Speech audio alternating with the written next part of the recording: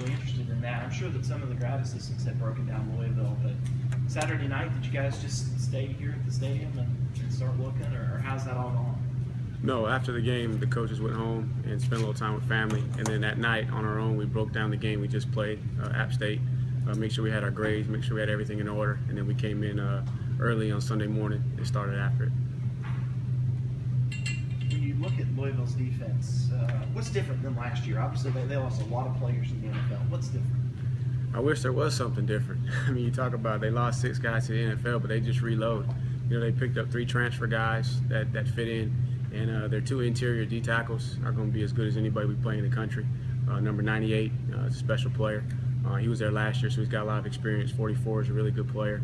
And then the end that they picked up from TCU, I think he was a transfer, very athletic.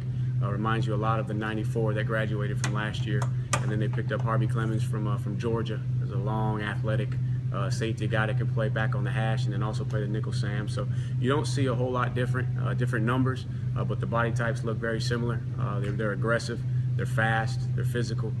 So it's going to be a good challenge for our guys. Tony, how do you get the guys focused on what you just told us and not the fact that Louisville's 0-2? Just cut on the film.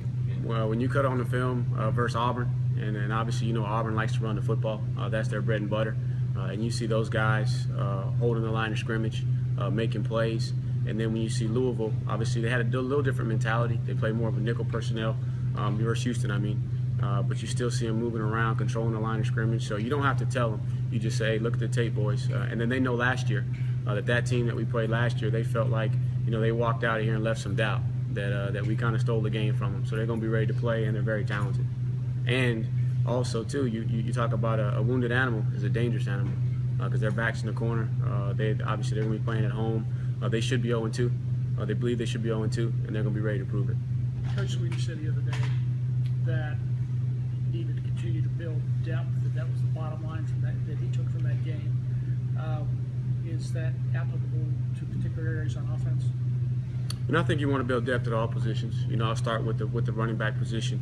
You know, obviously Wayne is the guy. He's had the majority of carries, but you know lives a tough life. So you got to have guys ready to step in and play. And then on the offensive line, they're in there, guys following them all the time. You look at Norton's situation. You know, you get hit from the side on the knee. You got to have somebody else that's ready to run in there and play.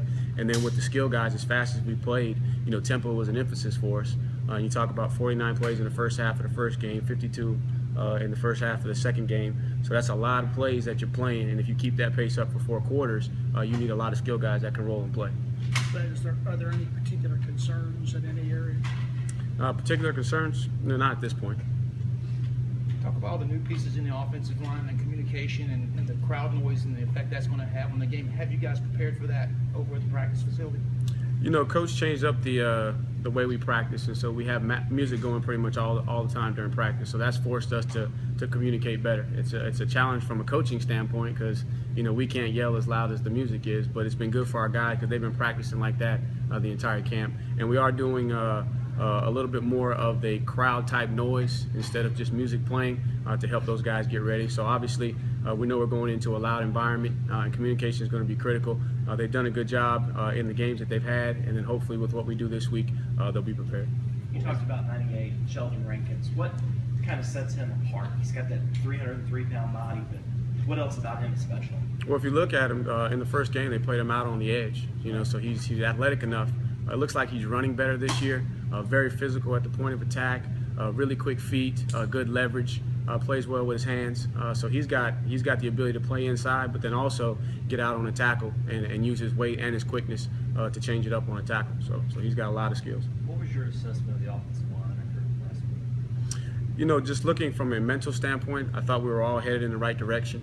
Now, App State did a good job of changing the alignment of their backers. You know, they did some things knowing that we were going to come in and try and run our inside zone, so they kind of shift the backers. And we more so it was technique issues, staying on a double team a little bit too long with the backers plussed over a little bit. We weren't able to get back off of it. But overall, thought the communication was good. We were headed in the right direction. We just had a couple technical breakdowns that we got to get cleaned up, which they've identified. They've accepted responsibility and been working on it already.